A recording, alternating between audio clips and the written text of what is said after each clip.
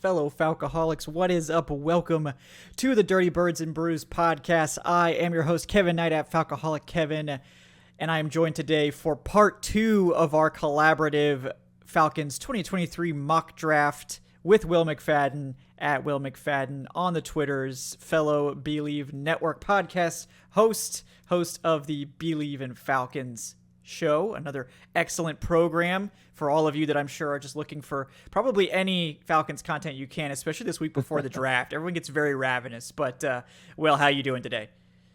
I'm doing well, man. I'm excited that you and I are teaming up to finally take down Aaron Freeman.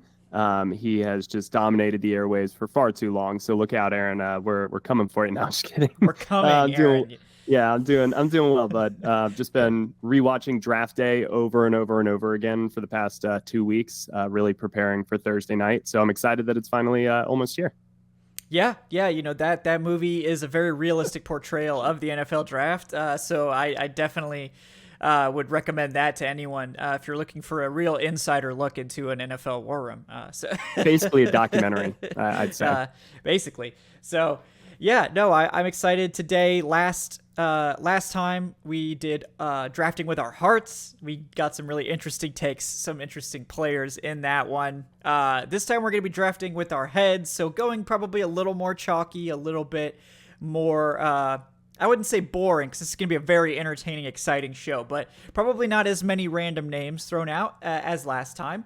And we will get right to that. Before we do, want to bring you a message from today's sponsor, betonline.ag, your number one source for all your sports betting needs, including info, stats, news, and scores. You can get the latest odds and lines for this year's NBA playoffs. You can also place bets on the Falcons to win the NFC South right now if you're feeling extremely confident in Atlanta. You can also, bet on the NFC Championship. I would probably advise, not to do that, but hey, if you're a Falcons fan, you're already used to bitter disappointment, so that should be no different, right? BetOnline is always your sports information headquarters this season. They have you covered for all your sports wagering needs: basketball, MLB, NHL, hockey, right to UFC and boxing. BetOnline is the fastest and easiest way to get your betting info, including live betting options and your favorite casino and card games you can play right from your home. So head to the website today or use your mobile device to get in on the action. Be sure to use our promo code BLEAV, BLEAV, to receive your 50% welcome bonus on your first deposit. BetOnline, where the game starts. And speaking of starts, let's start this mock draft. How about that for a seg? You think I've been doing these reads forever, right? Well, I will give you the honors first. Where do you see the Falcons going with our heads? Where do you see them landing at 8 or elsewhere in the first round? I guess if you're anticipating a trade, but how do you see it right now? Yeah, I think in a lot of ways, as I was preparing for this, heads is harder than hearts, right? You take into so many factors, and that's what makes the draft so difficult to project, let alone even conduct. I do think that there's a growing chance that the Falcons do move back, but of course that depends a lot on what happens in the first 7 picks and kind of like what is the market like there at number 8. So for the purposes of this, I'm not going to do any trades, even though I think that there is a decent chance that the Falcons are involved in a trade of some kind, either moving back in the first round or potentially bumping, maybe up a little bit to come back into the first round, like if somebody falls, but I could see them being active. So if they're going to sit at number 8, in our hearts draft, I went with Tyree Wilson, and that was in some ways a head pick as well. I could very easily make the argument here that would be a good pick if he's there, but I'm going to say Devin Witherspoon. And I know a lot of people want our Christian Gonzalez or Witherspoon. Like that's the comparison there, right? I think there's a better chance Christian Gonzalez is gone by 8. And personally, I just like Witherspoon a little bit more as a player. I like the physicality that he brings to the position. I like the mindset that he has. He really is that type of, I think, asset to the overall culture and identity of your defense, because he brings a edge setting tone. Like he really will come out there and be physical from the secondary, which is something that I think the Falcons really lacked last year. So if we're going with our heads, I think it makes a lot of sense to continue to invest young in this secondary and really make that a position of strength, because it would easily become one if you add either cornerback to this group. And for a pass rush where your most proven established guys are a little bit older, your Calais Campbells, your, Lorenzo Carter, Bud Dupree, like those are your veteran presences. Give them an extra second or two by really beefing up the back end, and then I think they're going to get home. So for that reason, I think it makes a lot of sense, either corner here, but I like Witherspoon personally, so that's who I'm going with. Yeah, I think Witherspoon deserves more pop at 8. Like, I think he's someone that hasn't really been discussed enough, because Christian Gonzalez, it's sort of an open question whether he'll even be available. With the Lions trading Jeff Okudah, probably makes them a little more likely to take a cornerback at 6. It's not a guarantee, but it could happen. And I think Christian Gonzalez is the more likely cornerback to go early because of all the things we've already mentioned, right? His prototypical size, the outstanding athletic profile that he has, more of a high ceiling player. Witherspoon is just a ready-made starter. I think he's an elite cornerback too, who can probably give you some quarterback 1 games against certain types of receivers. He's not the guy you want lined up on Mike Evans. Or maybe he is because he's that nasty. He wouldn't be intimidated by Mike Evans. But, it's not that the size is bad with Witherspoon. It's just average. You look at him next to Christian Gonzalez with his vine length arms and 6'2", 200, and it's like, okay, I can see why people might want this guy. But Witherspoon is not small. Some people were like, oh, does he need to move to the slot? No, he doesn't need to move to the slot. That's ridiculous. Like, he's like basically 6 foot and like 180 something. So he's not small. We're not talking about Emmanuel Forbes, the needle here. Okay. So no, we're not. So I do like that one. That's a good one. I think that's one that people should probably pay a little bit more attention to. And what about you? Yeah, I think we had a really good discussion on Wednesday's Falcoholic Live with Dave Cho and Aaron Freeman. Plug that show, by the way. Definitely a good listen, where we tackled some draft rumors. We tackled our bold predictions. And Aaron Freeman's sort of thoughts on pick 8 were offensive line. And that is one that I've started to sort of warm up to a little bit. It's one that we haven't really heard any buzz about. They met multiple times with Peter Skoronski. They've met with Broderick Jones. They haven't met with Paris Johnson, which I find odd, but I think this is a spot where we could see Peter Skoronski come off the board, which I think would surprise a lot of fans, and especially after we've hyped up, Bijan Robinson at 8, like as this really sexy pick. Peter Skoronski probably would be a little bit of a buzzkill for some fans, but look, I think you look at Skoronski and you see probably a Pro Bowl caliber offensive lineman on tape. And then you see the arm length. It's low 32s, and that's well below tackle thresholds. I just don't really think that he's got a long-term profile as an NFL tackle, but as an NFL guard, there's really no reason he can't be a perennial Pro Bowler. I mean, he's got the outstanding athleticism. Technically, he's the cleanest prospect I've maybe seen in multiple seasons in terms of his technique on the outside, and obviously moving him back inside, which is where he was originally recruited to Northwestern. It'll maybe take a little bit of time. Obviously, he's played the left side, so the left guard move, he's not having to switch up the footwork as well as the inside-outside technique there. But he's such a smart player. I would be shocked if he hadn't already been cross-trained at guard, just in case he needed to play it in a pinch, especially early in his college career. And I don't think he's going to have any trouble moving over there. We know the Falcons really like those tackle converts at guard. I mean, you look at Jalen Mayfield, their first offensive line selection was a tackle convert. And you look at Elijah Wilkinson, a guy that came into the league playing a lot of tackle. Falcons played him almost entirely at guard. He had played some guard in the NFL prior to that, obviously, but they do not shy away from converting tackles to guards. And I think this could be the latest example. And I think there's an easy scenario where you could have Skoronski as your highest player at 8. Like, he is, I think, the consensus number 1 offensive lineman. If you're looking at just overall offensive line, if you're looking at just tackle, it's probably Paris Johnson. And in the past, I've been a little bit of a bigger proponent of Paris Johnson as a result. But I think if you're looking for a day one, like plug and play starter, and it's not Bijan that you're choosing, then I think Skoronski might be the best bet to achieve that. Yes, I completely agree. He's the other name that I had written down as I was thinking about this. So I'm really glad that you brought him up because I get Yeah, to talk about both. teamwork. Yeah. I think I think I am very much sharing a mind with Aaron where my antenna goes up, where I'm like, who have we not talked about? Because throughout the draft process, you talk about everybody. You talk about everybody, especially when you have a top 10 pick.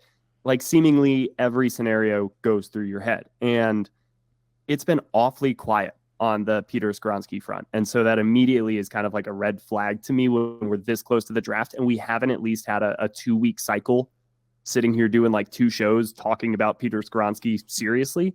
That makes me a little more suspicious. And you look at how do the Falcons get appreciably better with this pick? Because my pick, Devin Witherspoon, he probably is not a day one starter given the assets that the Falcons have already accumulated in the secondary, or he is, but then that makes us feel a little bit worse about Jeff Okudah, or it makes us feel a little bit worse about Casey Hayward, or what, it's like not everybody can share the field at the same time. If you draft essentially your left guard, that's cool. Like he should be better than Wilkinson, even though that was not an issue for me at all last year.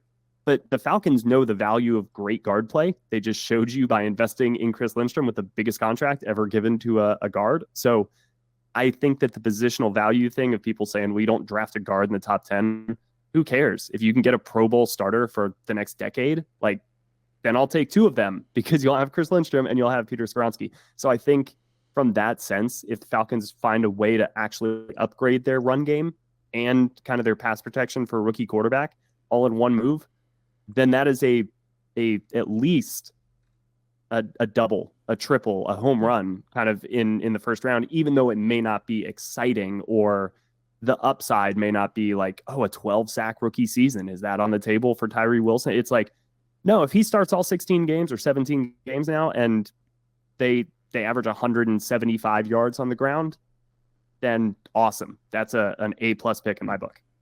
Yeah, no, I think that makes a lot of sense. And people really underrate just getting good players in general. Yeah. It's everyone gets caught up in this like, well, is it a good value? What's the value? Where was he on the board and all this? And everyone forgets that every single NFL team has these players stacked differently. If you're evaluating value through the lens of what the media thinks, that's a good place to start. It's the only information we have, so it's not like it's terrible to do that, but if they took that guy at that spot, it was not bad value on their draft board. They have an entire scouting department stacking these players. Like, so they might be wrong. I mean, scouting is inherently subjective. So yeah, of course they could be wrong, but getting all caught up in that, I think, is sort of a fool's errand to some extent. I think there are certainly some analytics driven reasons why like running back in the first round isn't the best, return on investment in terms of surplus value and cap savings and all these things. And like, none of those things are wrong, but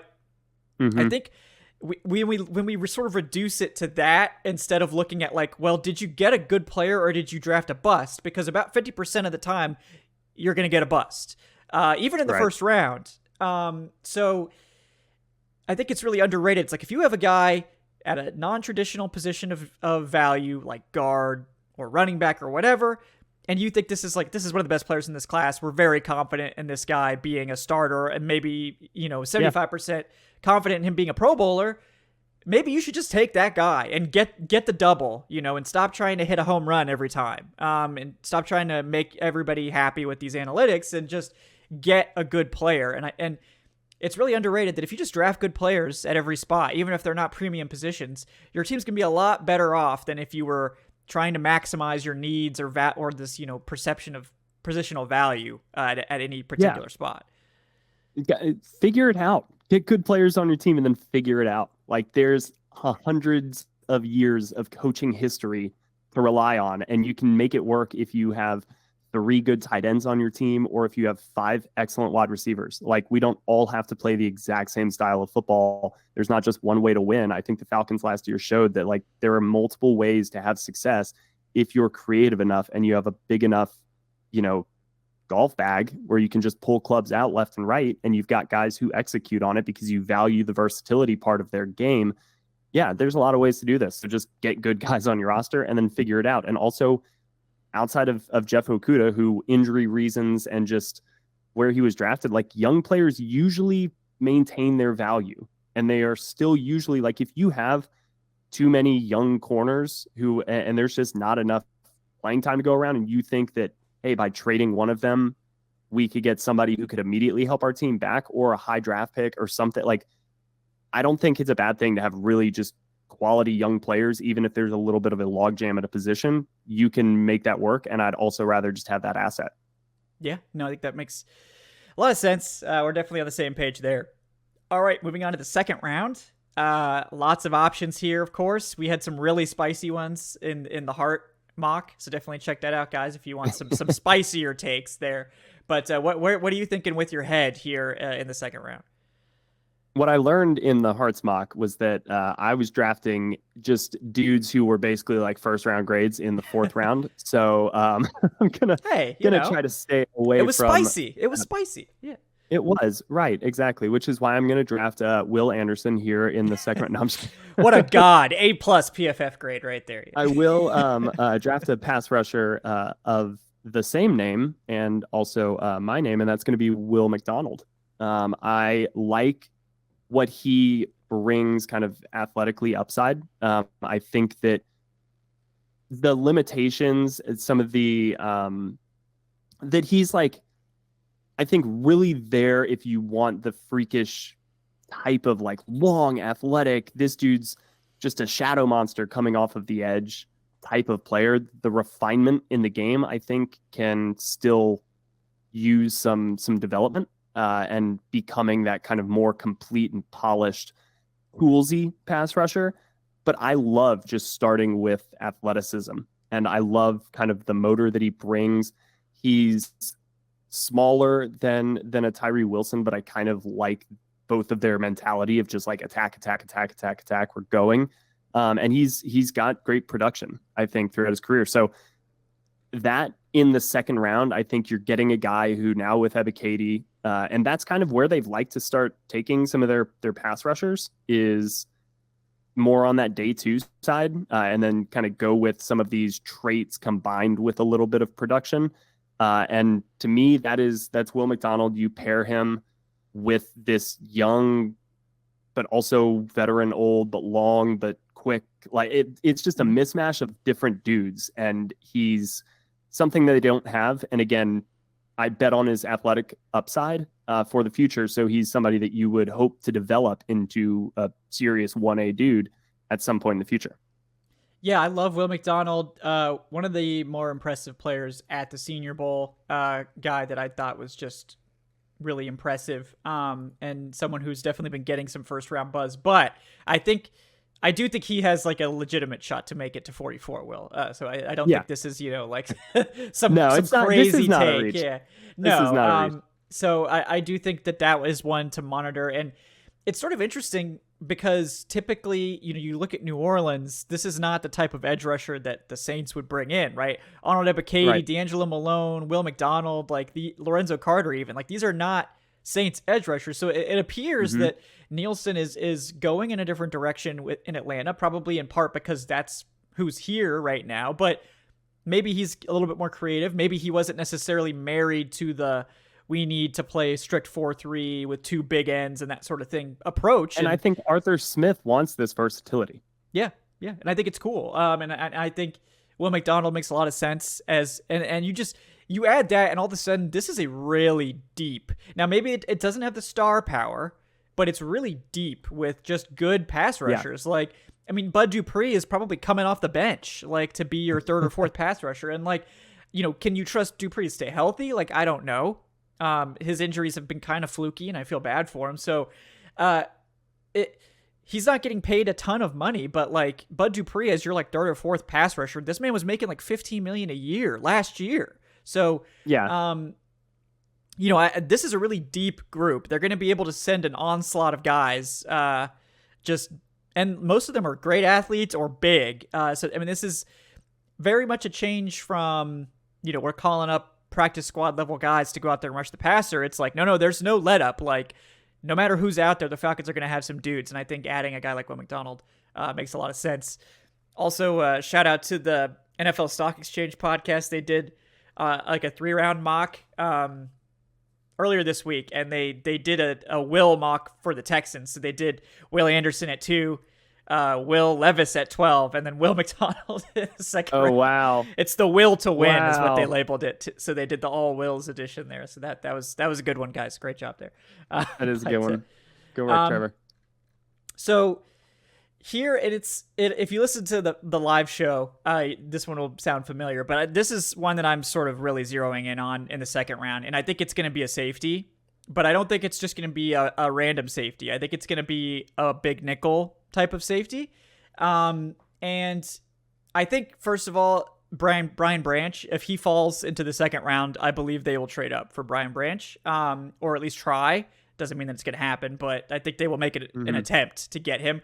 I don't think he gets past Jacksonville at 24, personally, but if he does for some reason, then I think they will make an attempt to go get him. If they don't get him, I think they have another guy they really like, and that's Sidney Brown from Illinois. And I really like Sidney Brown. Again, Senior Bowl standout. We know they really care about that, like almost to maybe an obsessive degree, right? They have like 11 players from the past 2 drafts from the Senior Bowl in Atlanta, which is like most of the players they took. They really care about the Senior Bowl. They really value that event.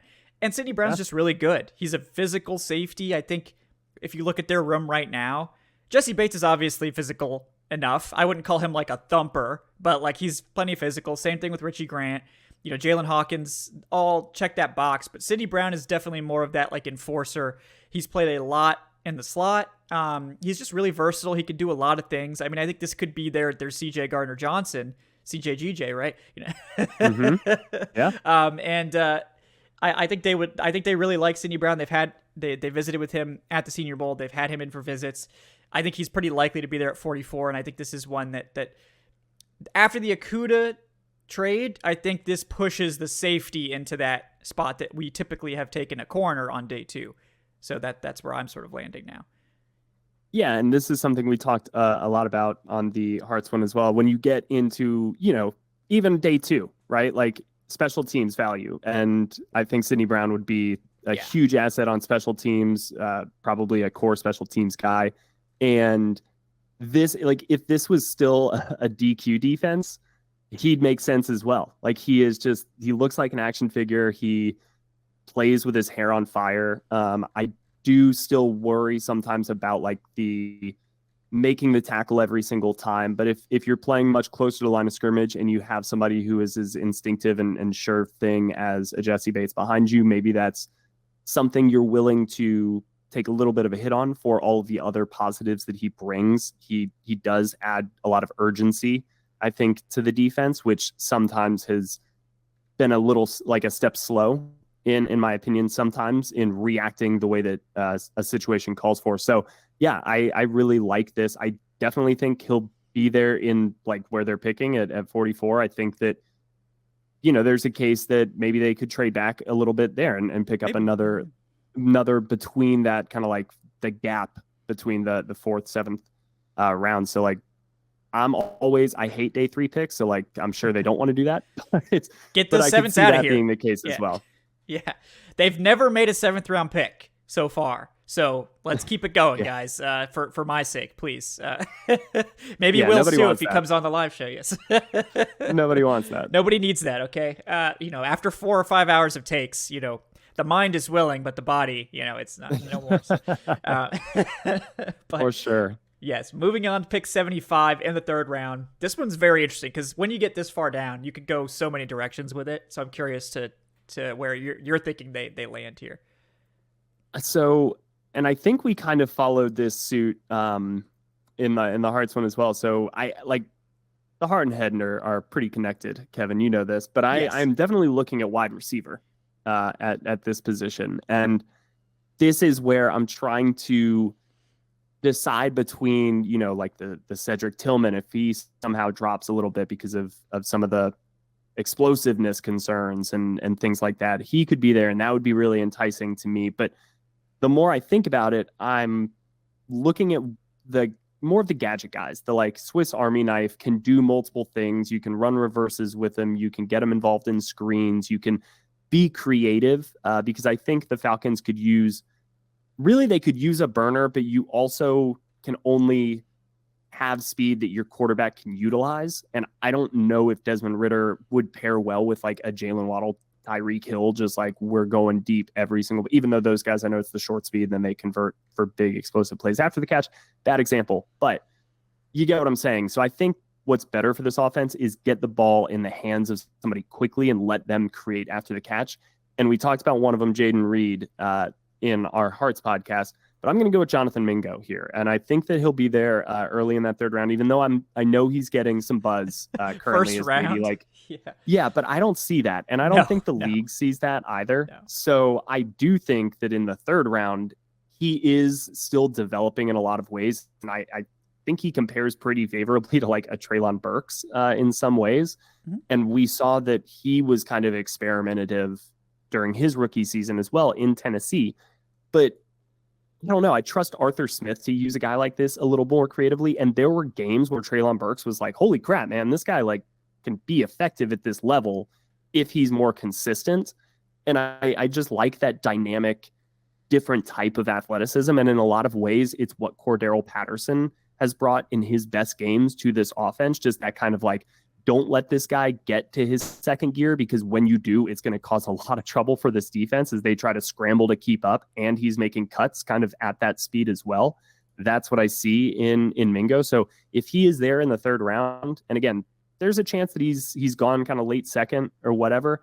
But for the purposes of this, I'm looking at receiver. I think he can make a case for Jaden Reed, but because we did that in the Hearts when I wanted to go a little bit different here, and I'm going to say Jonathan Mingo as that type of just all-around gadget player that the Falcons probably would be wise to add to their offense, even though they have somebody similar in Patterson. They just, again, won't have him forever. So get somebody else and get them involved.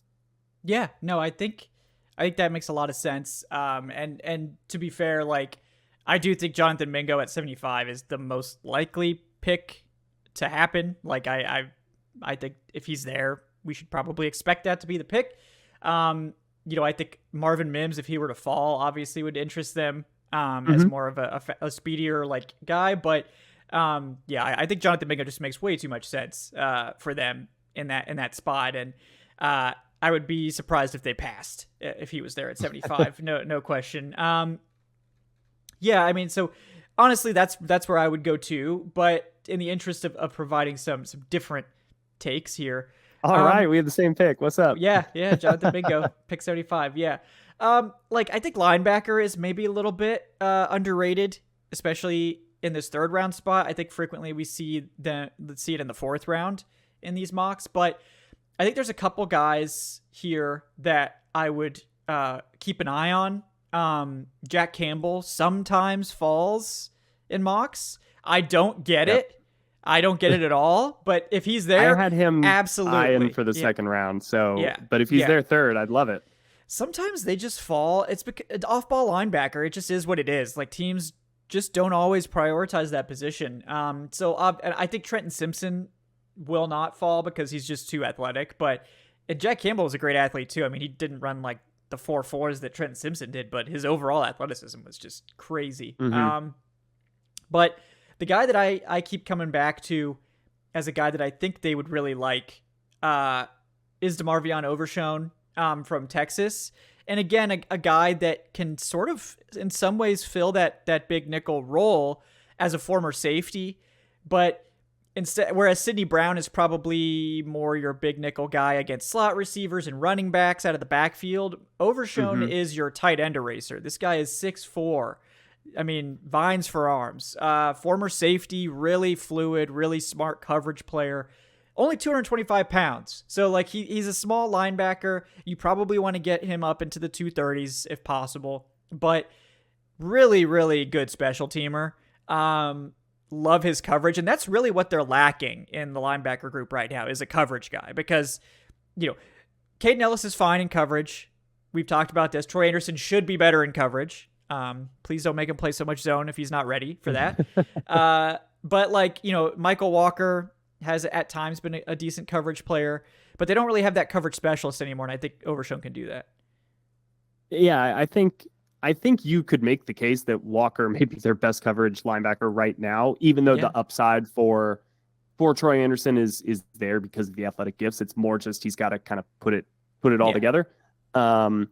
But yeah, I agree, and I think there's also that run and hit element to Overshown's game. So you would hope that he could project to being able to stay on the field.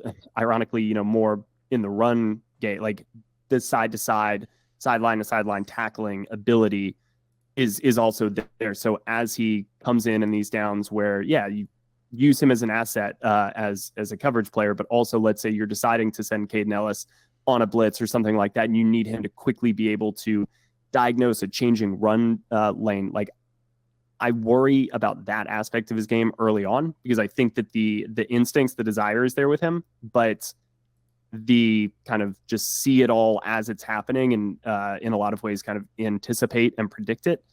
That's going to be a problem for a lot of rookie linebackers, right? So like if he's a tick behind early, I think that that's something you live with because it's something you can develop.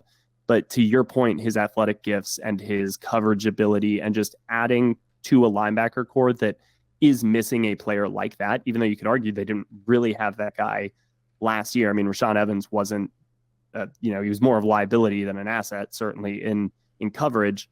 And Overshown would be an upgrade in that area. So for that reason, like I'm all for it because I think that having more linebackers who can kind of worry about the middle of the field instead of your safeties always being the one to worry about the middle of the field is only going to be beneficial to this defense. No, I absolutely agree. And I think like they need that. This is another position group linebacker where they added Caden Ellis, and they added sort of a special teams guy in Tay Davis, but they haven't made many other additions. They didn't so far. They haven't brought back Rashaan Evans. So I think they're still Rashaan Evans is probably on speed dial. It's like, okay, yeah. Like we're gonna see if we Evans, you understand, like if there's a guy we love in the draft, we're gonna take him. We don't want to bring you in if we're gonna waste your time, right? But and again, a special teams option. Yeah, it's like we'll call you after the draft if we don't get our guy.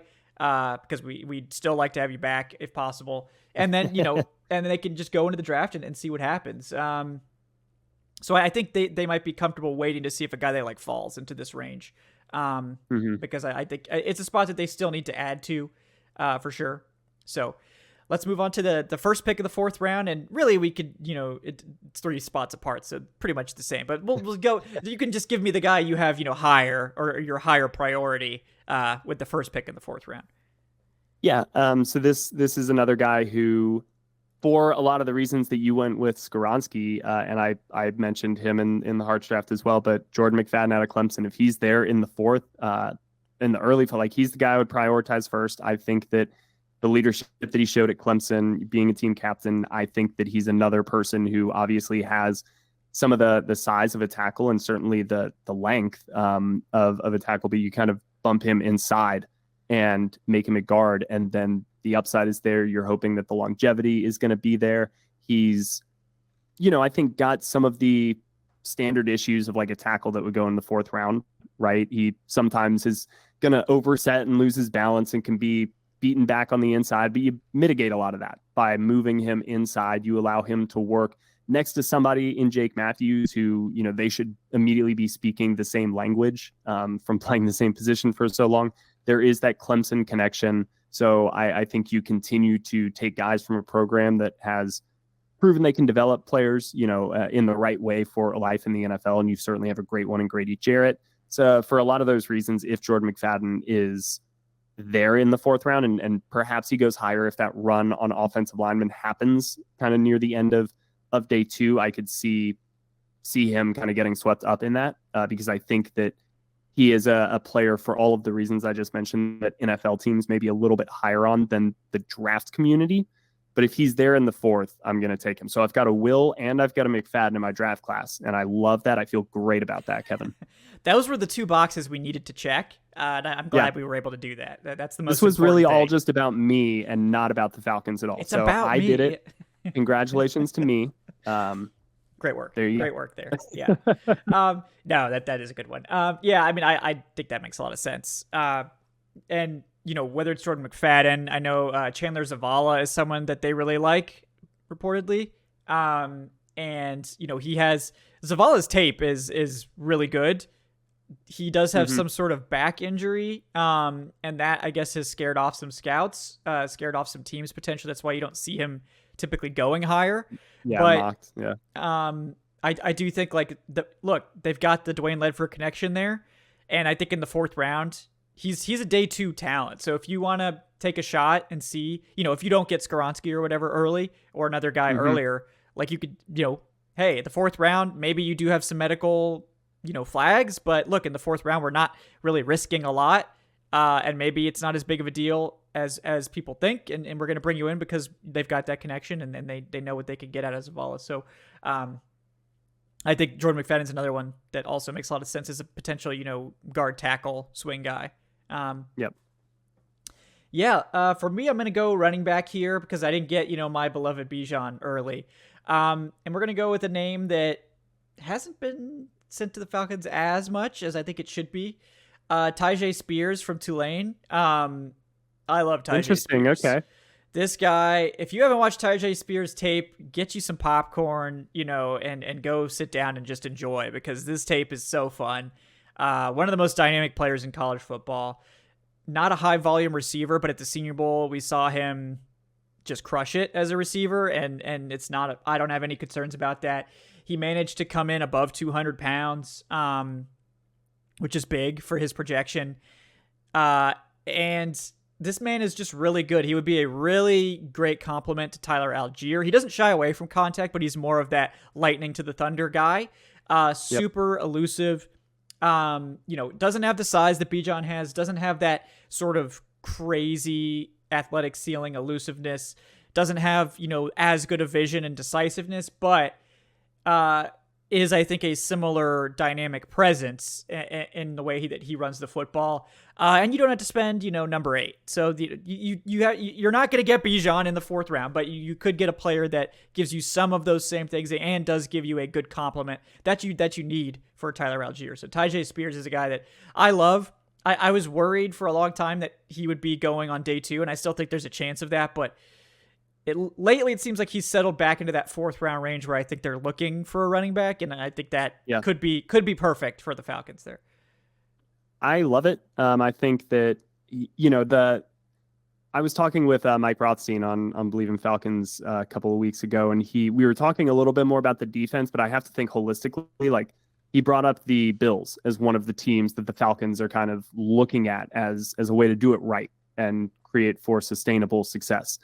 And Sharp reminds me a lot of James Cook and kind of the way that he fits into the Bills offense and in that type of utility role where he is that lightning to the thunder that you mentioned. And yeah, you get him the ball out in space or on these quick screens, or, just hits it to him and let him run behind Caleb McGarry and make one cut, and then boom, he's in the hole, and you hope that he's gone.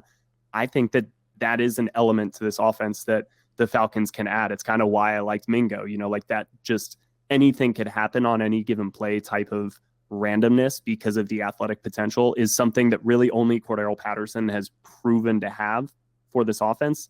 And again, as much as I love him, like, he's not going to be here forever. So I like adding a lot of players with that component to their game. And to me, that's absolutely Tyjae. So I am also in your same mindset because I have a running back with my second fourth round pick, and it is one from right down the road. And for a lot of the same reasons, it's Kenny McIntosh, who I know we talked about earlier, I Bleav with Eric on Falcons Live. And I think that he brings that pass catching element. I know he's not as electric of a playmaker as, a Sharp would be, but I think that he brings a lot of the competitive mindset, the mentality of like, I'm going to finish gaining positive yardage. He is a patient runner. That's one of the things that I think Georgia really valued about him, even though there were some more athletically gifted players in the program.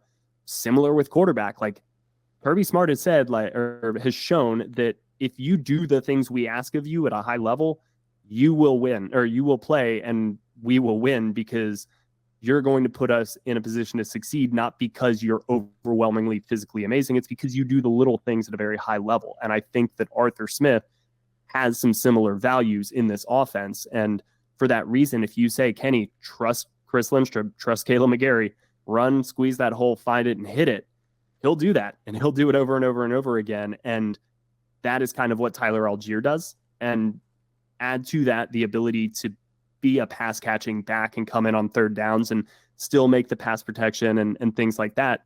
That is why I think Kenny McIntosh, who probably is there, I think in the fourth round. I know a lot of Georgia fans or people who only watch the biggest games in college football have certainly seen a lot of Kenny McIntosh. And so they may be like, well, wouldn't he be a third round pick or you should go higher? I think that he'll be there kind of in the fourth round because there's a lot of running backs who fit this profile and it's a little bit of a pick your poison type of deal. But I think the Falcons, him being from down the road, them having that type of relationship, he checks a lot of boxes, I think, for them. Yeah, no, that's another good one. I think Kenny McIntosh, very polished player. Again, doesn't have the craziest athletic ceiling. Really, I think with him, it was just like the 40 was kind of meh. Yeah, it was but like pretty 4.6. Yeah, I mean, like it's not 4.62, great. I think was the combine. His overall, and I think he came in with like a 4.09 RAS or something like that. Well, that's exactly what it was because I just pulled it up. But, and the agility grade, he didn't test out there well, but like on tape, there's no problems with his agility. So I wonder if he just didn't have a great day. But like the most overrated metric for running backs is the 40. Like it's just not that correlated to running back success compared to any other position. It just really like, would it be nice to have 4.5 speed? Sure. Would it be nice to be faster? Obviously, yes, but it's not as big a deal as people like to make it out to be. Frank Gore played for 200 years. Like it's not about the 40. Yes. I don't care if, look at Dree Archer. 4.26, didn't have vision, didn't have contact balance, and look at how much he did in the NFL with that crazy speed. It's running back is all about vision, it's all about decisiveness, it's about contact balance and athleticism. Yep. But if you don't have vision, you're not going to, and you don't, you can get away with some things, right? If you don't have great contact balance, but you have good vision, good elusiveness, good, sort of decision making, you can be very productive. But if you can either have good vision or good contact balance. If you don't have either, you're going to have a bad time because you're going to be running into guys if you don't have the vision. Time. So McIntosh, I think, is a little bit underrated now. I think he's definitely a day 2 caliber guy.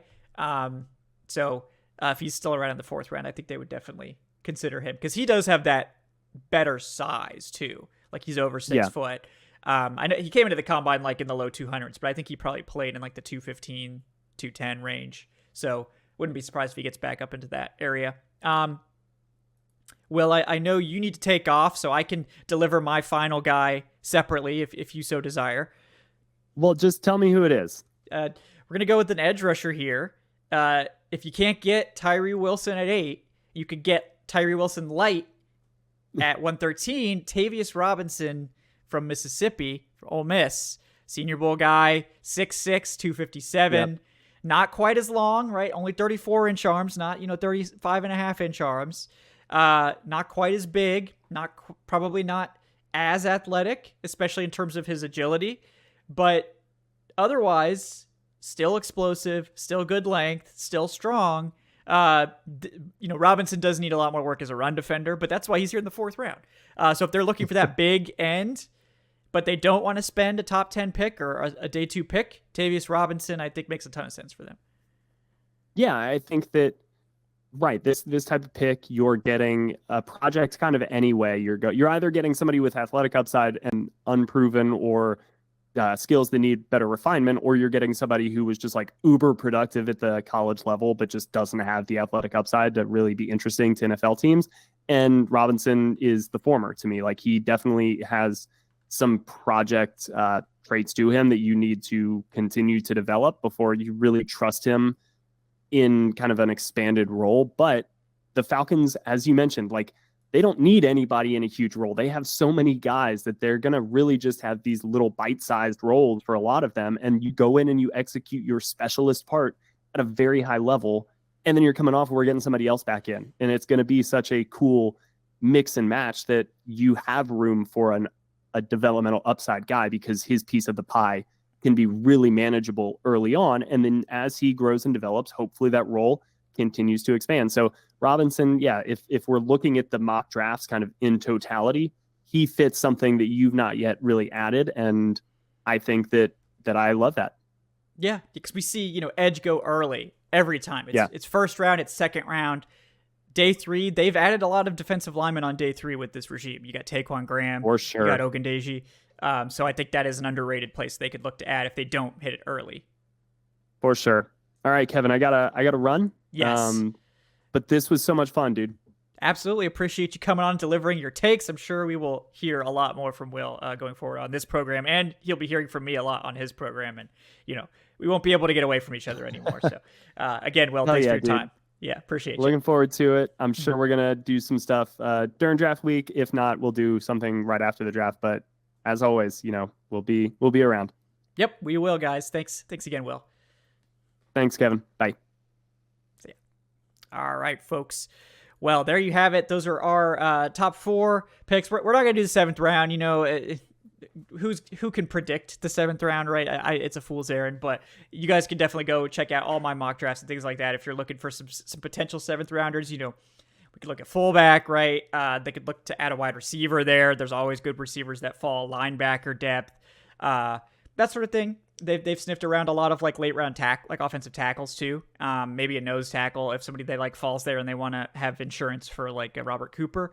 But I using my head, I can't really tell you who it's going to be other than just listing off some potential options there. Before we sign off, though, do want to remind folks to like and subscribe on YouTube if you're watching the show there. Really appreciate that. If you don't mind giving us that 5-star review on Apple Podcasts, Spotify, wherever you get your podcasts. If you listen on multiple platforms, you can leave multiple reviews. That'd be great, too. That really helps the show grow. It helps the analytics in some way, helps that algorithm. I don't claim to understand the algorithm. I'm just beholden to it, like all of us are, apparently. But one more thing before we do take off. Want to let everyone know about our special NFL draft party giveaway that's going to be happening during the 2023 NFL draft. In case you guys don't know, we're going to be live all 3 days of the 2023 NFL draft. And we're going to be giving away some NFL shop gift cards. So on day 1, we're going to be giving away a $50 card. Same thing on day 2. And then on day 3, we'll have a $50 card as well as a patron exclusive giveaway, which is another $50 card. To enter those giveaways, you just need to subscribe to the channel on YouTube. Please also, leave a 5-star review. It don't have to do that, but we'd appreciate that if you would. And then join the Discord server as well, the link to which is in the show description. And then you'll just need to be here for the actual giveaway to join the giveaway, and then still in the chat when we announce the winner so we can get in contact and make sure we have the right Discord name and all that stuff. And if you're a patron, all you have to do is be subscribed to the Patreon, which is patreon.com/Falcoholic Live. And we will randomly determine that on day 3 as well. So in case people want to, join Patreon before join, on the first couple days, we will be giving that away during the day 3 show as well. But you don't have to enter anything specifically; just be signed up on Patreon. So yeah, guys, really appreciate everyone for joining both myself and Will McFadden for this 2-part mock draft. I think this was another fun one. You can look forward to, of course, more mock drafts from myself. We're not done yet with the mock drafts. I know probably can't possibly get too many mock drafts here in the next week as we're getting closer and closer to the real NFL draft. On Monday, we will have, I believe, my final mock draft coming out. And then we will be doing our final live mock draft on Falcoholic Live on Wednesday at 8 p.m. Eastern. And like I said, our draft party will be all 3 days. We'll be starting at 7:30 on Thursday. So we'll see you guys there for what's going to be a really, really fun night. Looking forward to it. I think this is going to be a great draft. It's going to be a fun one, as always. I'm really excited to share all of that with you guys. We really appreciate you here on the Dirty Birds and Brews podcast. Once again, I'm Kevin Knight at Falcoholic Kevin.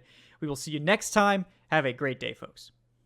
And before I forget, today's show is presented by Bet Online. So there you go. Check that box. I'm still getting used to it, guys. So appreciate Bet Online. Appreciate Bleav for setting me up with that. But again, thanks, guys. Have a great day.